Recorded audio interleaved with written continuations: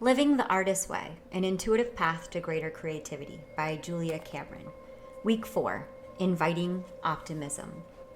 This week you will use guidance to consciously invite optimism into your life. You will explore areas where you find self-forgiveness and a sense of hope. By this point in the course, guidance is likely coming more and more easily to you. It is my hope that you are experiencing its steadiness and coming to trust and rely on it. You will also try using guidance in relation to your creative projects, as artists have done for centuries. Counting your positives, the things you did right, helps you build a grounded and optimistic sense of self. You are not powerless. You have many small choice points where you can spot the good. For example, I ate well today. I walked. I maintained my emotional equilibrium during a difficult conversation. I used my strength gently, saying what I mean, but not saying it mean. Guided to self-forgiveness. Your need is gentleness. The guidance read, write tonight on self-forgiveness. You will be led. I read the guidance over. I definitely needed gentleness. I was beating myself up over my shortcomings. I had spent the afternoon visiting a book club, and the visit had proved a difficult one. The club was reported to be 30 people, all working through my book, The Artist's Way.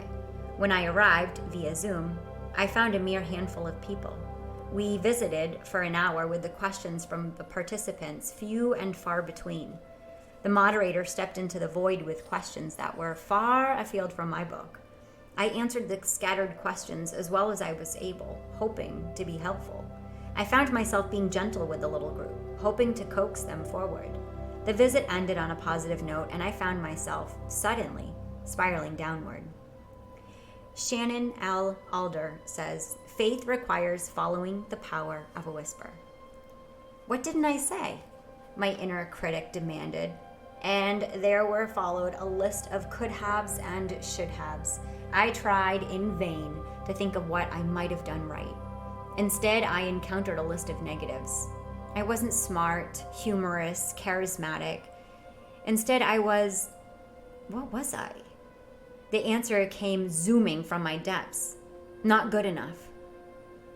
I called my friend Emma Lively. She had attended the book club. Emma, I said, I feel terrible. Julia, she said, you did fine. You said a lot of gentle, encouraging things. I wrote some of them down. They struck me as so wise. Boosted by Emma's encouragement, I asked to hear what I'd said. Emma read me her list of quotes. I was astonished. My words were kind, gentle, encouraging, even inspirational. They were, I realized, more than good enough. I had hoped to be clever, and my words were something better. They were useful. I had asked my friends to pray for me, and their prayers had rendered me of service. It was, I realized, my ego that felt out of joint. My ego demanded of me that I be perfect. By perfect, I meant brilliant, but brilliant was not what was called for. Useful was. Jody Levon says, when I stopped to take a breath, I noticed I had wings. Write for guidance. Fill in the following. Number 1. I wish I could be more gentle with myself about. Number 2. I can't seem to forgive myself for. Now, addressing your guidance, write out the following questions and then listen for a response. Number 1. How can I be more gentle with myself? Number 2, how can I have more self-forgiveness? Guided to hope. Anne Frank says, how wonderful it is that nobody need wait a single moment before starting to improve the world. I woke to a bright new day. The sun was shining, the dark mood of yesterday was banished. What shall I write about? I queried guidance. The answer came back, write about hope. The topic struck me as knife-edged. After all, just yesterday I'd been hopeless. My friend Nick came to the rescue. What do you think about hope? I asked him. Nick drew a deep breath. Then he announced, Hope is critical. It's the bedrock for prayer. You hope and pray that a situation will open up. Oh, there are days when I feel hopeless, like your day yesterday, when I cannot pray, but those days pass as hope is restored. So, I said, hope is essential, hope and faith. Yes, look how much better you feel today than yesterday. Nick had a point. Just then, Lily leapt up for his attention. She had hope that he would take her for a walk. In a minute, girl, Nick crooned, retrieving her leash from its resting place. Lily leapt up again, wriggling with excitement. Nick successfully snapped on her leash. The three of us set out on a walk, turning north up the dirt road where Lily hopefully hunted for lizards. She spotted two, but they darted in opposite directions, and she was foiled. Passing the juniper grove, birdsong filled the air. I matched my stride to Nick's, and he hurried to keep abreast of Lily, who was sniffing eagerly at the roadside, hoping for more lizards. This way, girl, Nick said firmly, tugging at her leash to establish his leadership. Reluctantly, Lily eddied to his side. Her lizard hunting hopes were dashed only to return again as we headed back toward home. Ralph Waldo Emerson says, "Write it on your heart that every day is the best day in the year." She has hope, I joked to Nick. He kept a close hold on her leash. I thought back to the day that Lily had cornered a lizard. Was it so delicious a mouthful that she had ever so hopeful of another? Nick shepherded her to the door. I thanked her for his company and retreated with Lily into the cool of the house. My phone was ringing. I answered happily. The caller was Jeanette. "Jeanette," I answered breathlessly. "What do you think about hope?" "It's essential," Jeanette responded. "It's the unspoken force that keeps you going. If I didn't believe in hope, there would be no point to prayer." I knew Jeanette believed in the power of prayer. "Go on," I urged her. "Well, you can't pray without hope. If you didn't think something would come of it, there'd be no reason to pray. Think of it. You're striving on a path and you're hoping something will be different. You hope and trust that something will be better.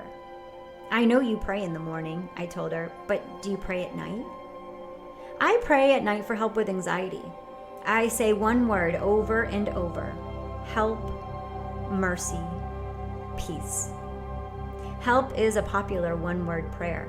I say one word and ask to let it go. "Do you pray on your knees?" I pried. "I don't get on my knees, not since I was little. I pray when shopping, washing dishes, brushing teeth, cleaning. At night I pray hoping." There's that word again. Hoping for a better tomorrow. "You pray for me at night? For me to have a better tomorrow?" "Oh, yes."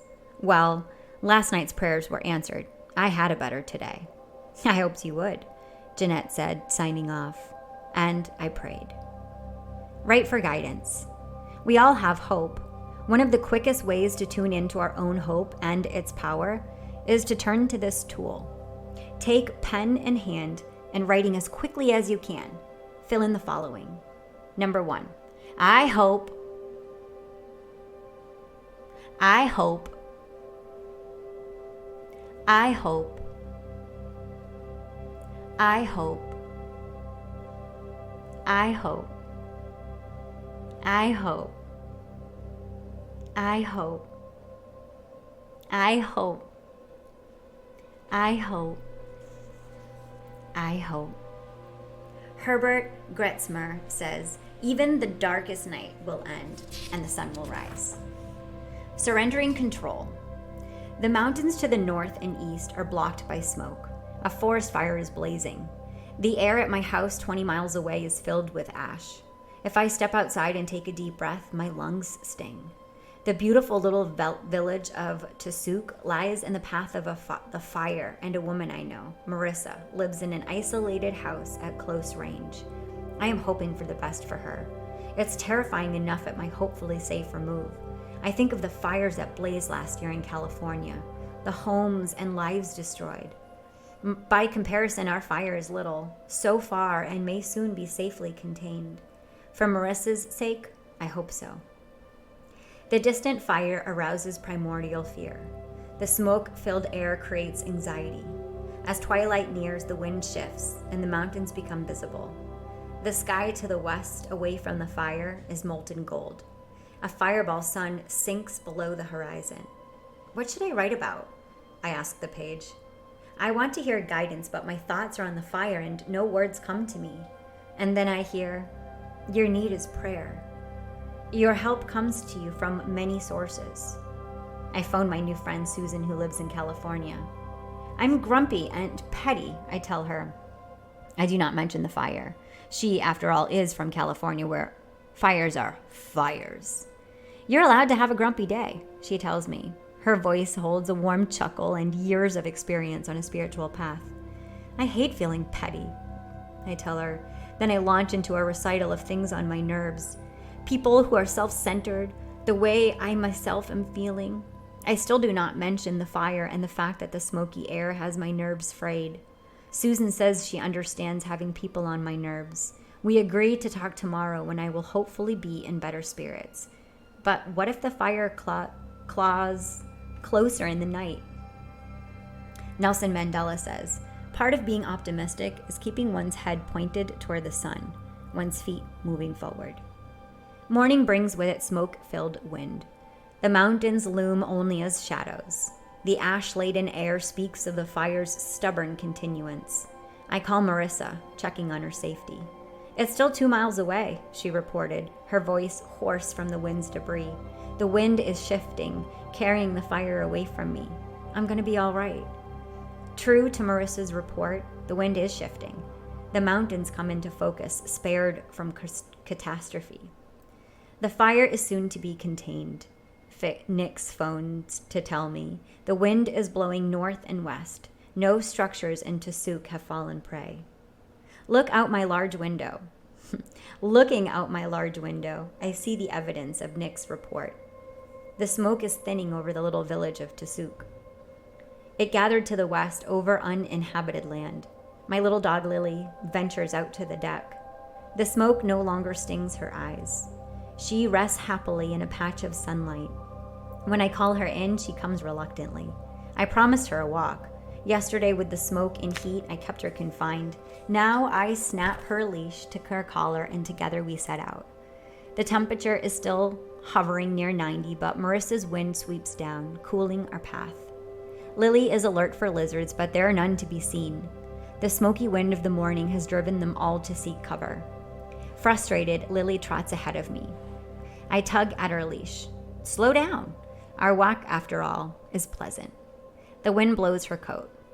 Back at the house, the phone is ringing. The caller is Laura, concerned about the fire. From her apartment in Chicago, the news of a forest fire was dramatic. Laura, I tell her, it's moving away. But have they contained it? She presses. They say soon, I tell her. The air is much cleaner. I took Lily out for a walk. News of my dog walk seemed to reassure her. I've got you in prayers, she volunteers, for safety. I thank her for her prayers. From faraway Chicago, I feel her goodwill. Lily laps at her water bowl, slaking her ticklish thirst. I get a bottle of cold water from the refrigerator. Drinking it, I think, although it's better, there's still smoke in the air. The mountains loom dark at twilight. Perhaps tomorrow they will be clear. Eugene O'Neill says, I am so far from being a pessimist. On the contrary, in spite of my scars, I am tickled to death at life. Another day, gray and heavy. The fire is a continuing saga. The mountains are shadows of themselves. Smoke-laden winds blot out their peaks. Rain threatens but doesn't fall. The fire is still not contained. My pinyon tree is etched dark green against a glowing gray sky. Tiny birds shelter in its verdant arms. Walking Lily past a juniper grove, I hear no birdsong. The smoky air has stifled the songbirds. Perhaps it scratched their tiny throats. Twilight descends on the mountains as one more shade of gray. The sunset is muted. The rain clouds glide by, carrying their cargo of water away from the fire. More rain for later in the week is predicted, but we need it now. The fire burns on with the rain clouds a tease as they pass from sight. My house is a safe remove from the fire. There is a ridge of high mountains standing guard. As long as the winds hold steady to the north and west, I have no cause for concern. But the smoky air stifles me like the songbirds. I try to write, but words escape me. I want to print a single word: fire. J.R.R. Tolkien says, "In this hour I do not believe that any darkness will endure." The ash-soaked air obscures the mountains. Walking Lily, my eyes sting and my lungs burn. It is perhaps foolish to venture out. Lily coughs, a delicate cough, and I think of the animals fleeing the fire. For many of them, their homes are destroyed. Their safety is threatened, and they flee from the flames. Firefighters spot deer and bear. The first fleet-footed, the second lumbering, united in their peril.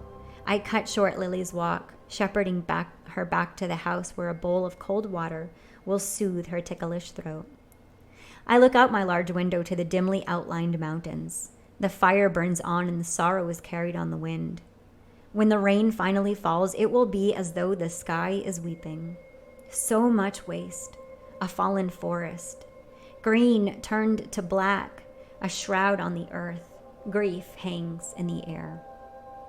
Speaking for myself, I am melancholy. All day long, my mood has been blue. "It's in the air," Nick announces. He too is blue. "There's nothing I can pin it on," he tells me, but Nick is a sensitive soul, and the grief for the wildlife is deep, as is mine. Nick checks hourly for news of the fire. 18% contained, he reports to me, hoping for better news. As twilight falls, Lily hovers near my side. Peals of thunder speak of rain, but no rain falls. No one has said how the fire started. A careless campfire? It doesn't really matter. However, it started. The blaze took off. At first a small fire, then a larger, now a big fire. Not perhaps compared to California fires, but big enough to scare us in Santa Fe. As the thunder rumbles on and on with no rain falls, Lily moans softly, pacing the floor. The aborted storm is unnatural, and she's nervous. "It's okay, girl," I tell her, but she's unconvinced. And who can blame her? The rumble of thunder turns to a roar. Still no rain. Now I'm joining Lily in the nerves. "It's okay," I tell us both. Looking past my pinyon tree to the east and north, no mountains are visible. Smoke cloaks their heights. Behind its veil, the fire licks hungrily. Acres fall prey to its appetite. They promised rain would slow its spread, but the rain doesn't fall. And now the thunder mutes its voice. The storm has passed us by. Lily leaps to the love seat by my side. She licks my hand. If she could write, she would tell us to have peace. The wind is shifting and the mountains are once again visible, hulking silver against the sky. The moon rises, obscured by shifting smoke. The stars are dimmed. My phone shrills. The caller is Scott Thomas. He tells me that the rain which skipped my area fell heavily on his. "We had thunder and lightning and rain," he relates the storm. My melancholia lifts at his news. I can hope the fire is quenched. Shel Silverstein says, "Anything can happen, child. Anything can be." Write for guidance. Fill in the following. Number 1. An area in my life where I have no control is...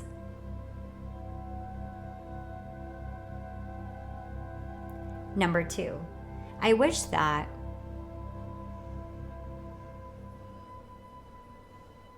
Number 3. I am afraid that...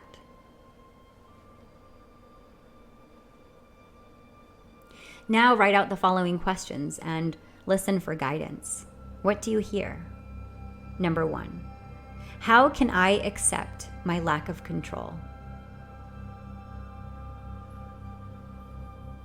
Number 2.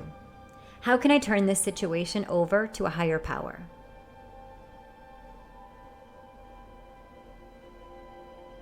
Number 3. What action can I take? Dalai Lama says, choose to be optimistic. It feels better. Reliance on guidance.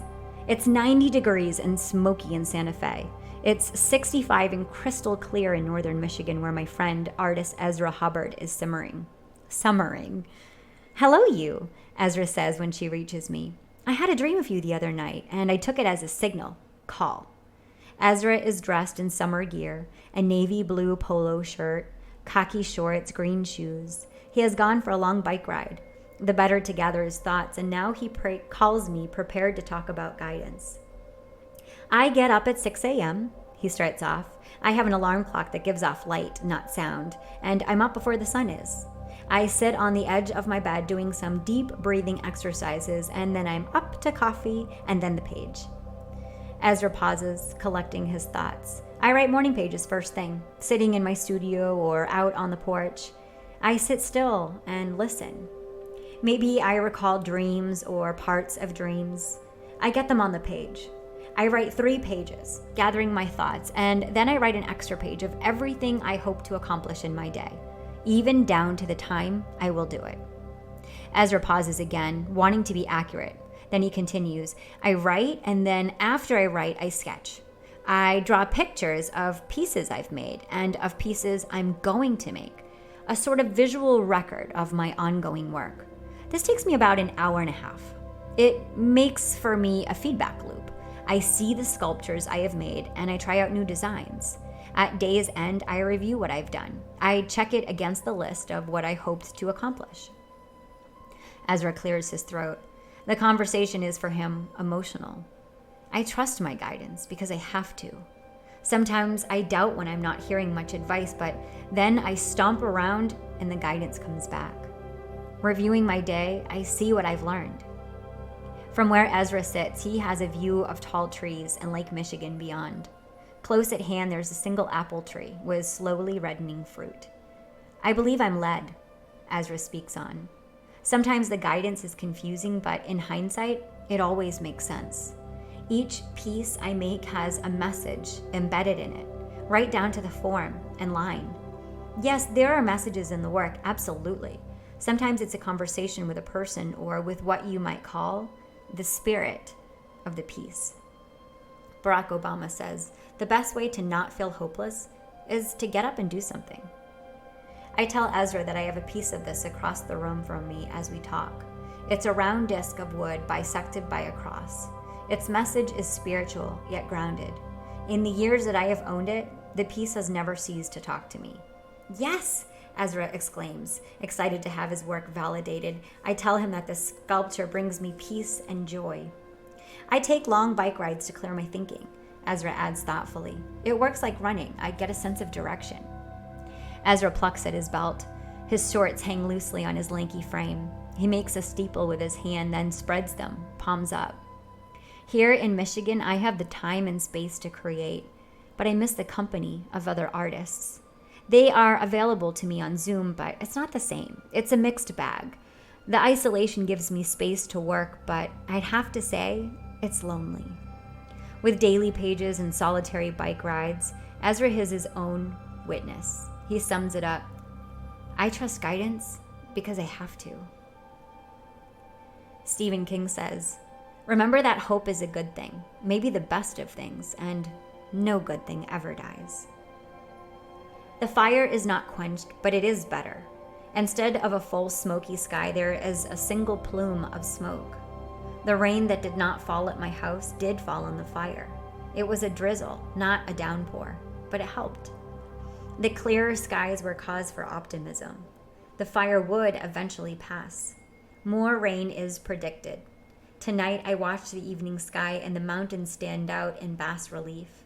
Instead of a veil of smoke, there are individual clouds. The sunset glows in the west, topaz as it illuminates the last remaining smoke. I have been teaching 4 decades, since I was 32. I'm now 72, and I have long years of practice behind me. Each class is individual, and each class requires prayer. I ask to be guided in what and how I teach, and guided, I stand before rooms of people listening, always for the hunch or intuition on how to proceed. I like to take to the page before I class. I ask for love, service, humor, wisdom, and yes, charisma. I ask for specific guidance on precisely how to proceed. Today, writing for guidance, I was told, open the class with poetry and song. I am a poet and composer, but it wouldn't have occurred to me to bring my poetry and music into play. Over the years, I have learned to be obedient, to follow the guidance, however far-fetched it may seem. And so this afternoon, I opened my class with a poem, Why We Write. I liked stepping out from behind my teaching persona again and revealing myself as an artist, the artist who wrote the artist's way. Teaching, the guidance comes to me not as a voice, but an impulse. Do this next. And so I do this next. Sing. The guidance nudged me today, and so I sing. A cappella, a small song I had written. You will lead by example. My written guidance had advised me before the class, and so I found myself teaching boldly, sharing stories from my own writer's experience. You will need to be vulnerable, I was further advised, and I found myself telling the class that after 40 books, I still suffer the feeling that I am an imposter, not a real writer, whatever that means. I told them about my inner critic, whom I call Nigel. Nigel is a British interior decorator, and nothing that I write meets his lofty standards. I've been writing since I was 18, and Nigel's naysaying has accompanied me every step of the way. Thank you for sharing, Nigel. I have learned to counter his volleys of negativity. Accomplished artists have learned to create in the face of fear, not because they are fearless. I have written entire books with Nigel hissing in my ear. Thank you for sharing, Nigel. I have learned to retort, and so leading by example, vulnerable as directed, I model for the class, creating despite fear. Henry Matisse says, creativity takes courage. My classes are an hour and a half, and 90 minutes leaves me feeling exultant and exhausted. I closed today's class with another poem, and I admired the tidiness of my guidance. Ann Landers says, there are times when it takes much more strength to know when to let go and then do it. Write for guidance. Fill in the following. Number 1. An area in my life where I must rely on guidance is. Number 2. A time when my guidance proved to be reliable was.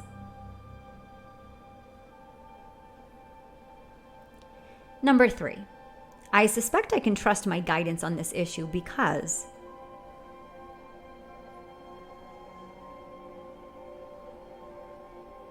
Henry Wadsworth Longfellow says, for after all, the best thing one can do when it is raining is to let it rain. The steadiness of guidance. The mountains are etched sharply against the sky. Billowing white clouds crown their heights. Above the clouds, the sky is an azure bowl. Pinprick stars stud its darkening expanse. The evening is tranquil. Perched on my love seat, looking out my bay window, I am struck by nature's calm. The drama of the fire is past. Write about steadiness, my guidance advises me, and I teach within my psyche. And I reach within my psyche for a calm center.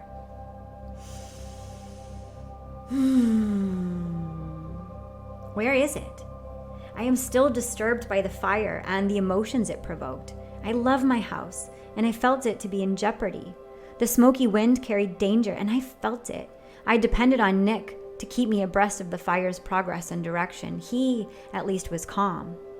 It's heading away from you. You have nothing to fear, he advised me gravely, intuiting the anxiety behind my calm voice. The wind is blowing north and west, he assured me. Your house lies to the south and east. Nick's reassurance gave me something to cling to. As the smoke cleared from the sky, I prayed a prayer of gratitude. Thank you, I breathed at my bedside. Thank you. My windows showed me a vista of the sky and mountains. As the air cleared, my mountains loomed high and familiar. My spiritual path assures me that all is, always, well. You are safe and protected, my guidance assures me. All is well. The calming words soothe me. I repeat as a mantra, all is well. But it takes faith to rest in guidance. My jagged nerves need faith. I reach out one more time to the great Creator. I am told firmly, the earth will heal. I look out my windows to the north, and lo, there is no plume of smoke. Rain is predicted for later in the night, and the scorched earth will cool. Clouds of steam will rise from the ashes. Moisture will drench the fallen forest. From the ashes, new growth will come. All is well. I tell myself, watching as a crescent moon blesses the sky. It is the moon of new beginnings. All is well. The moon tells me. I believe it. Rumi says, unfold your own myth. I'm lying in bed, lazy, when the phone shrills. I glance at my caller ID and am delighted to rouse myself. The caller is my friend Ed Towle, a close friend for 42 years. I picture him, tall and lanky, blonde-haired, bearded, with a ready smile creasing his features. He is returning my call to him of last night when I decided I needed a dose of his good humor. When times are dark, Ed remains lighthearted. His is a determined optimism. He cultivates a sunny mood, laughing easily, chuckling at life's vagaries. Now, he says, I want to sleep until this pandemic is over. He isn't sleeping. He's calling me. Are you up and about? He asks. Getting there, I answer. So what are you up to? Writing? I'm writing a book on guidance. Aha, that's a hard topic. You will need guidance to write about guidance. Do you bowl? I have. Well, you know when children bowl, we put inflatable bumpers in the gutters. The ball can't fill it, so the ball can't fall in. That's what guidance is like. Bumpers to keep us on track. Ed's image is a happy one. I picture inflatable bumpers steering his course in mine. Do you pray for guidance? I ask him, picturing him on his knees with a balloon-like bumper tucked under each arm, holding him steady while he phrases his petition. I don't call it prayer, he responds, though in fact it is. I don't go to church. The backyard will do. Any quiet place. I sit with my issue and my mind bumps along, fast and noisy. Then, after a bit, I feel my mind growing quieter, smooth, and slow. That's when guidance comes. I feel my mind going to a smoother, quieter flow. The speedy, noisy mind is off to the side. Guidance comes to me then. I know what to do. Ed's is a tranquil life. His reliance upon guidance is casual and organic. When troubled, he simply takes himself to the quiet of his backyard. Settled there, he sits calmly, waiting for his mind to slow and clear. The question that disturbed him comes into focus as he waits. The answer replaces the question. It's simple, really, he sums up his experience. He asks for guidance, and it comes. No big deal, but something he depends on. Albert Einstein says, imagination is more important than knowledge. Knowledge is limited. Imagination encircles the world. Write for guidance. Writing for guidance, we find a calm center. We can also consciously take ourselves to a calm location, a park, a garden, a church or synagogue, to tap into a larger calm around us. Take your notebook and pen to a place you find calm. Ask for guidance about whatever is pressing and listen for the response. Does the environment enhance your ability to hear your guidance? Albert Einstein says, all great achievements of science must start from intuitive knowledge. I believe in intuition and inspiration. At times, I feel certain I am right, while not knowing the reason. Guidance and art. Brendan Constantine is a poet, a noted poet, and he is an eloquent and articulate speaker. Shaved-headed since 1997 with piercing blue eyes, he is a striking figure in a plaid shirt, blue jeans, canary yellow socks, and dark shoes. He wears his reading glasses, the better to focus his remarks. He speaks swiftly and eagerly, glad to be of service. My prayers are not formal. They're very conversational. I don't understand what God is, the force that made molecules and meteors and mountains, but I speak to it frankly, sometimes full-voiced, sometimes in a whisper. I speak to God first thing on waking. I talk as to someone right next to me, an intimate. I ask to be useful. I use that word, And so my day begins. Brendan takes a deep breath and then plunges onward. What I have manifested as an artist is closely bound to my spiritual life. My desire to be useful and an attitude of acceptance enables my art. Another word for it is astonishment, a dialogue with everything throughout my day, my conversation with a higher power on how the universe is going. Throughout the day, I'm blessed with just enough sight to move forward towards the horizon, as though someone is saying, keep going, keep coming, just a little further. That is guidance, and I follow guidance. Brendan leans forward, eager to be clear. I will say that, having had a rich experience of guidance, I can sometimes look for it too hard. I get caught on self-consciousness. No matter how connected I may feel, I'm still the same flawed human being. Brendan sighs. His tone is confessional. I do experience guidance in my writing. Sometimes it feels like the poem already exists in some ether, that it is an entity with whom I am negotiating rather than creating. There are other times when I am painfully aware that I am bringing something into being, and it feels like an act of will on my part. My guidance may be asking for help, sometimes from another person. Brendan clears his throat, aware that he is talking with great velocity. He rushes onward. My guidance is something I seek to do what I'm supposed to practice my art well. And yet, I'm a believer in making mistakes because error may be the form the guidance takes. Some lessons can only be learned that way. Brendan's is the voice of experience. He has been writing full-time since 1994, and he has learned his craft by trial and error. I've come away sometimes thinking, wow, I hope I never do that again. And yet, overall, the arc of his art has been positive. I've been working in earnest 2.5 decades, and in that time, my guidance and art have become how I think, how I pray, how I make sense of the world. I'm listening for guidance every step of the way. Write for guidance. What creative projects are you working on? Have you tried asking for guidance about it?